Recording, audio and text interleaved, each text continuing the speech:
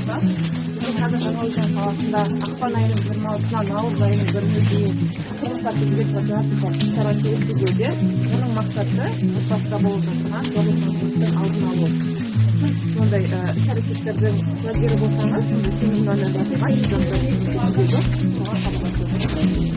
рахмет, сау болыңыз.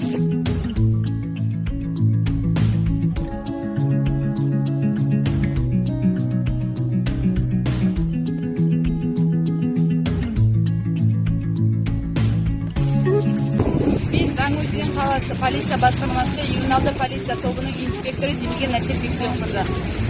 Осы 2021 жылдың ақпан айының 26-сы мен наурыз айының 1-ші жұлдызы аралығында тұрмыс атты жедел профилактикасы өткізуде. Бұл жедел атты